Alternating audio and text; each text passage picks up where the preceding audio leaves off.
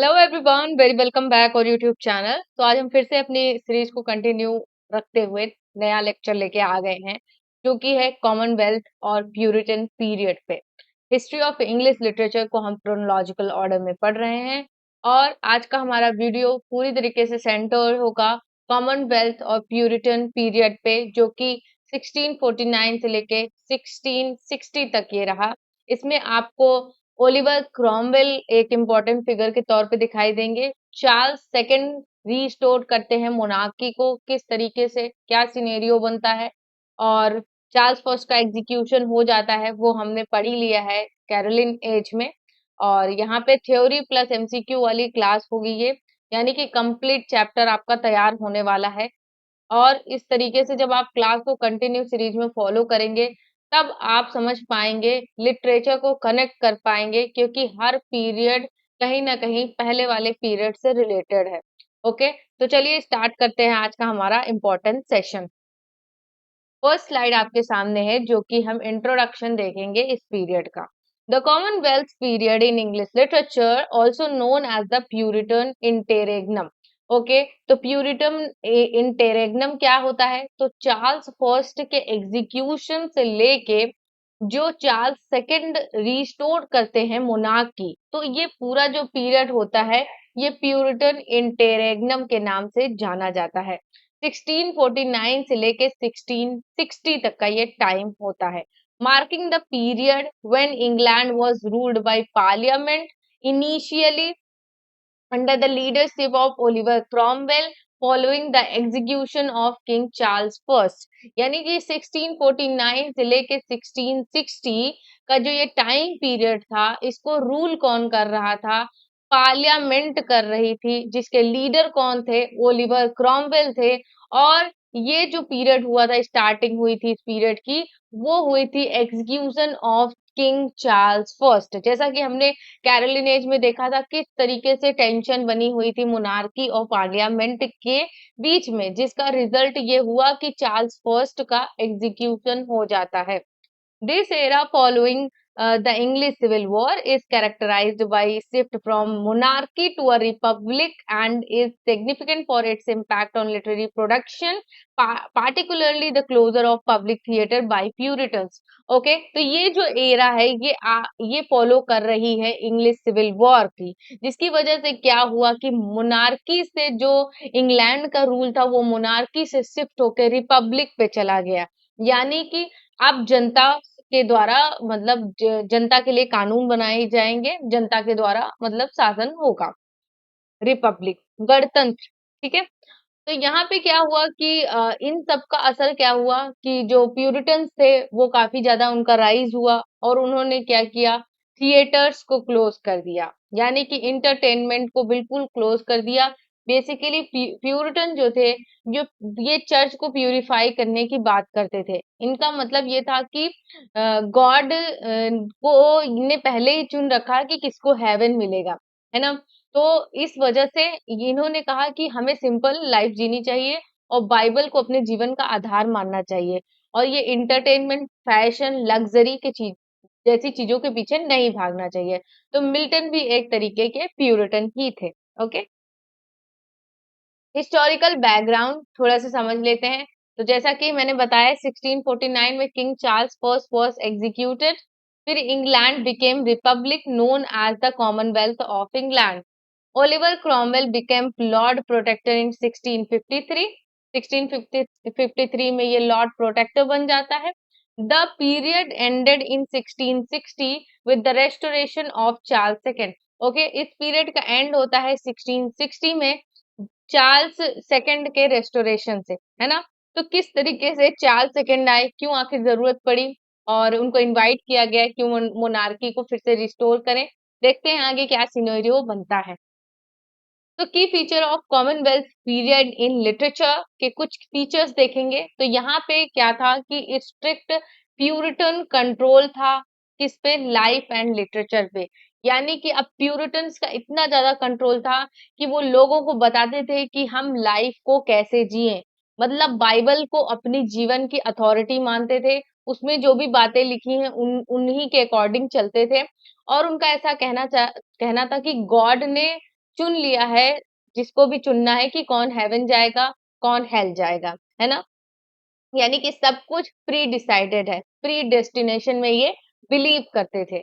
Okay, तो इसी तरीके का लिटरेचर भी मोरल वैल्यूज पे, है ना, लिखते थे, रिलीजियस थीम्स पे लिखते थे, जैसे कि मिल्टन के बहुत सारे वर्क्स जो हम देखेंगे, चाहे वो पैराडाइज लॉस्ट हो गया हो, पैराडाइज रीगेन्ड हो गया हो, सैमसन एगोनिस्ट हो गया हो, तो जितने भी इनके वर्क्स हैं वो काफी ज्यादा बाइबल से इन्फ्लुएंस है। नेक्स्ट पॉइंट है theatre were close in 1642 by Puritan, तो ड्रामा डिक्लाइन। प्यूरिटन्स ने क्या किया था, थिएटर्स को क्लोज कर दिया था। जैसा कि मैंने बताया कि जो प्यूरिटन्स थे ये लग्जरी लाइफ एंटरटेनमेंट को नहीं मानते थे, तो पब्लिक थिएटर्स होंगे क्यों, इस वजह से इन्होंने थिएटर को पूरी तरीके से क्लोज कर दिया था। Poetry and prose were the main literary forms. अब यहाँ पे पोएट्री एंड प्रोज लिखे जाते हैं। प्रोज भी किस तरीके के, यानी कि पैम्पलेट्स वगैरह लिखना, है ना, किसी इश्यूज पे बात करना, वो लिखा जाता था। रिलीजियस थीम्स वर डोमिनेंट, है ना, रिलीजियस थीम्स पे ज्यादा लिखते थे। Literature became more serious, moral and political, है ना, तो इनका लिटरेचर भी क्या था, बहुत ज्यादा सीरियस हो गया था, यानी कि इसको पढ़ के किसी को हंसी नहीं आएगी। मोरल हो गया था, लोग मतलब क्वेश्चन करने लगेंगे अपनी लिविंग पे कि यार मैंने डिसीजन ले लिया था बट ये मोरालिटी के अकॉर्डिंग तो सही नहीं है ना। तो पॉलिटिकल चीजों पे ये ज्यादा है, जैसे किंग ऑफ टेन्योर जो लिखा है इन्होंने मिल्टन ने, तो इसमें इन्होंने क्या किया, चार्ल्स फर्स्ट के एग्जीक्यूशन को राइट ठहराया है, जिसकी वजह से इनको सेक्रेटरी की पावर मिल जाती है, जैसा कि आप लोगों ने पढ़ा होगा। Cause of the end of the Commonwealth period, Commonwealth period का एंड क्यों हुआ ये समझेंगे। तो ओलिवर क्रॉमवेल की 1658 में क्या होती है, डेथ हो जाती है ना। तो Cromwell ruled as Lord Protector from 1653 to 1658, ये टाइम पीरियड तक ये लॉर्ड प्रोटेक्टर रहे, 1653 से 1658 तक। इनकी डेथ के बाद क्या होता है, इनका जो बेटा होता है रिचार्ड क्रॉमवेल, वो आता है पावर में। लेकिन रिचार्ड जो होता है वो बहुत ही वीक और इनएक्सपीरियंस होता है, यानी कि अनुभवहीन होता है। He fail to control the army और पार्लियामेंट, वो फेल हो जाता है आर्मी को कंट्रोल करने में और पार्लियामेंट को कंट्रोल करने में। ओके, तो ये मेन कारण थे। और हम पढ़ेंगे कि आगे क्या होता है कि जो पब्लिक डिजायर होती है उसको पब्लिक को मोनार्की की डिजायर होने लगती है, क्योंकि इतने ज्यादा तनाव के माहौल में कोई नहीं रह सकता।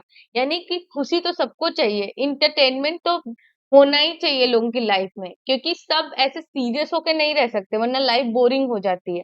तो उन्हें क्या हुआ, उन्हें एक नॉस्टैल्जिया आया, यानी पुरानी यादें आई कि मोनार्की के टाइम पे कितना अच्छा था, एलिजाबेथन वगैरह के टाइम पे हम थिएटर्स में जाते थे और देखते थे, इंटरटेन होते थे, और एक तरीके से उनका उस समय कैथारसिस वगैरह रिलीज होता था, तो टेंशन फ्री होते थे, है ना। तो many people grew tired of military rule and civil conflicts, यानी कि बहुत ज्यादा टायर्ड हो गए थे, किस वजह से, जो पार्लियामेंट का मिलिट्री रूल था और सिविल जो कॉन्फ्लिक्ट्स थे उसकी वजह से काफी ज्यादा टायर्ड हो गए। There were nostalgia for the monarchy, यानी कि उन्हें मोनार्की का नॉस्टैल्जिया होने लगा। The idea of the constitutional monarchy became more appealing, यानी कि अब इनका कहना था मोनार्की को लेके आओ, उसको कॉन्स्टिट्यूशनल मोनार्की बनाओ, यानी कि पार्लियामेंट से जोड़कर उसको बनाओ, ऐसा वो कह रहे थे। तो जनरल जॉर्ज मॉन्क्स इंटरवेंशन, अब इनका क्या रोल रहता है जनरल जॉर्ज मॉन्क्स का। तो जनरल जॉर्ज मॉन्क्स अ की military leader March two London and restore order, तो इन्होंने मार्च किया था लंदन के लिए और इनका ऑर्डर था कि रिस्टोर किया जाए मोनार्की को। He recalled the Long Parliament which paved the way of Restoration, okay, जिसकी वजह से एक रास्ता मिला रेस्टोरेशन का। रेस्टोरेशन ऑफ चार्ल्स सेकेंड 1660, 1660 में क्या होता है, एक बहुत बड़ा इवेंट होता है कि चार्ल्स सेकेंड जो होते हैं उनको बड़े सम्मान के साथ उन्हें बुलाया जाता है कि वो फिर से आके हमारा जो इंग्लैंड में मोनार्की को रिस्टोर करें। Parliament invites Charles second son of Charles first to return from exile. He was restored to the throne in 1660 beginning the restoration period, यानी कि अब इसके बाद जो पीरियड आएगा वो होगा हमारा रेस्टोरेशन पीरियड, है ना, चार्ल्स सेकंड का। अब समरी में हम समझ लेते हैं एक साथ सारे पॉइंट्स को। क्या कॉज रहा? तो सबसे पहला कॉज तो ये है कि death of Cromwell, Oliver Cromwell की यहाँ पे डेथ हो जाती है। ये एक मतलब लीडरशिप में एक तरीके से वैक्यूम आ जाता है। Weak rule of Richard Cromwell, ये दूसरा मेजर कारण होता है, क्योंकि ये फेल हो जाता है मेंटेन करने के लिए, पावर को मेंटेन करने के लिए फेल हो जाता है। Political instability, army versus parliament versus factions, public dissatisfaction, public भी डिससेटिस्फाइड थी किससे? स्ट्रिक्ट जो आर्मी रूल्स थे, मिलिट्री रूल्स थे उनसे, और सिविल कॉन्फ्लिक्ट से। ओके, अब यहाँ पे नेक्स्ट पॉइंट है जनरल मॉन्क्स सपोर्ट। अब जनरल मॉन्क्स जो है, इन्होंने सपोर्ट किया था चार्ल्स सेकंड को कि वो मतलब मोनार्की को रिस्टोर करें, रेस्टोरेशन ऑफ मोनार्की। अब चार्ल्स सेकंड आते हैं वापस और 1660 में क्या करते हैं? मोनार्की को फिर से रिस्टोर करते हैं, और यहीं से रेस्टोरेशन पीरियड की स्टार्टिंग हो जाती है। अब यहाँ पे कुछ इंपॉर्टेंट एमसीक्यूज देखेंगे, लेकिन उससे पहले ये जान लेते हैं कि यहाँ पे जो आपको मेजर राइटर मिलेंगे वो जॉर्ज बनियान मिलेंगे, और यहाँ पे जॉन मिल्टन मिलेंगे, क्योंकि ये प्यूरिटन एज भी बोली जाती है। तो मिल्टन का सबसे ज्यादा यहाँ पे इम्पोर्टेंट रोल हो जाता है। तो मिल्टन को बहुत ही डिटेल में मैंने इससे पहले वाली वीडियो में पढ़ा दिया है, तो वो जरूर देख लीजिएगा। बाकी उसमें कुछ इंपॉर्टेंट उनके जो पैम्पलेट्स वगैरह हैं और उनकी जो वर्क्स हैं वो इम्पोर्टेंट है, उनको भी मैंने वहां पे दे दिया है सारी टेबल में। वो एक बार पढ़ेंगे तो आपको समझ में आ जाएगा। बाकी यहाँ से कोई भी इंपॉर्टेंट इतने राइटर नहीं है, मिल्टन को आप जरूर पढ़िएगा यहाँ से। तो फर्स्ट हमारा क्वेश्चन है यहाँ पे, which of the following event mark the beginning of the Commonwealth period in England? जो मतलब कॉमनवेल्थ पीरियड है उसकी बिगिनिंग किस तरीके से होती है? The coronation of queen Elizabeth first, the execution of Charles I, the restoration of the monarchy under Charles II, the start of the glorious revolution। तो जो इसकी स्टार्टिंग होती है कॉमनवेल्थ पीरियड की, वो स्टार्टिंग होती है the execution of Charles first से। ठीक है, नेक्स्ट क्वेश्चन है, the Commonwealth period in England is also known as, Commonwealth period को इंग्लैंड में और किस नाम से जाना जाता है? The Elizabethan era, the Restoration, the interregnum, the Jacobean period. तो बेसिकली आपको पता चल गया होगा कि इनमें से सी ऑप्शन हमारा राइट हो जाएगा। तो इसको द प्यूरिटन इंटेरेग्नम भी बोलते हैं या फिर द इंटेरेग्नम भी बोलते हैं। Who was the Lord Protector of England during the Commonwealth period? Commonwealth period के टाइम में मतलब कौन लॉर्ड प्रोटेक्टर था? William Shakespeare, Oliver Cromwell, Charles second या फिर जॉन मिल्टन? तो सही आंसर क्या हो जाएगा? बी ऑप्शन हमारा सही हो जाएगा। 1653 से लेके 1658 तक ये लॉर्ड प्रोटेक्टर रहे। Which of the following historical events did not occur during the Commonwealth period? इनमें से कौन सा इवेंट है जो कॉमनवेल्थ पीरियड में नहीं हुआ है? द इंग्लिश सिविल वॉर हुआ है, the Restoration of the monarchy, the execution of Charles first या फिर द ग्लोरियस रिवॉल्यूशन? तो यहाँ पे जो इवेंट नहीं हुआ है वो है the glorious revolution. D option हमारा राइट हो जाएगा। The Commonwealth period in England lasted from approximately, कब ये खत्म होता है, क्या पीरियड टाइम लेंथ रहती है? 1558 टू 1603 या फिर 1649 टू 1660, 1660 टू 1702, 1688 टू 1714? तो सही आंसर क्या हो जाएगा यहाँ पे? बी ऑप्शन हमारा राइट हो जाएगा।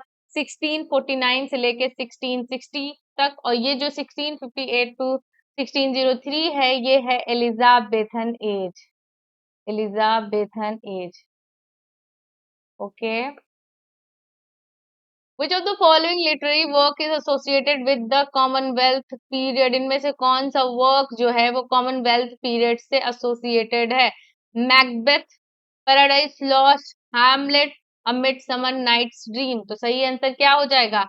ये प्यूरिटन एज थी, और प्यूरिटन एज जो है सबसे ज्यादा जो लीड किया है वो किया है जॉन मिल्टन ने, और पैराडाइज लॉस्ट यहाँ पे सही आंसर होगा B option. The Commonwealth period saw the rise of which religious movement? इनमें से किस रिलीजियस मूवमेंट का राइज होता है कॉमनवेल्थ पीरियड में सबसे ज्यादा? कैथोलिसिज्म का या फिर प्यूरिटेनिज्म का या फिर एंग्लिकैनिज्म का या फिर कैरिज्म का। तो सही आंसर क्या होगा? Commonwealth period, also known as Puritan age. तो यहाँ पे बी ऑप्शन राइट हो जाएगा। तो यहाँ पे हमारा ये इम्पोर्टेंट सेशन कंप्लीट होता है। होप गाइस आपको समझ में आया होगा। बहुत ही छोटा सा ये हमारा पीरियड था और इससे सिर्फ इम्पोर्टेंट इवेंट यही बनता है कि इसमें चार्ल्स जो फर्स्ट थे उनका एग्जीक्यूशन होने के बाद ये पीरियड बनता है, और इसका जो एंड होता है वो चार्ल्स सेकंड जब मोनार्की को रिस्टोर करते हैं तो होता है। और ओलिवर क्रॉमवेल का क्या रोल था? वो लॉर्ड प्रोटेक्टर थे। उनका जो बेटा था रिचार्ड क्रॉमवेल, वो इतना ज्यादा एक्सपीरियंस नहीं था कि वो पावर को कंट्रोल कर सके। इस वजह से पार्लियामेंट वीक हो गई और मजबूर हो गई कि वो मोनार्की को फिर से बुलाए और उसके साथ तालमेल मिला के मोनार्की को इंग्लैंड में रीस्टोर करे। मिल्टन एक इन्फ्लुएंशियल लिटरेरी फिगर है, उनको जरूर पढ़िएगा। तो ये सेशन यहीं पे एंड होता है। इसी तरीके से सीरीज को फॉलो करते रहिए और अपने नोट्स बनाइए, और यहाँ से जो भी आपको नोट्स मिल रहे हैं वो भी नोट डाउन करिए। आप अपना कुछ अगर पता है आपको तो वो भी ऐड ऑन करिए। इस तरीके से आप बेस्ट वे में तैयारी करिए। Thanks for watching. मिलते हैं नेक्स्ट वीडियो में। Bye bye.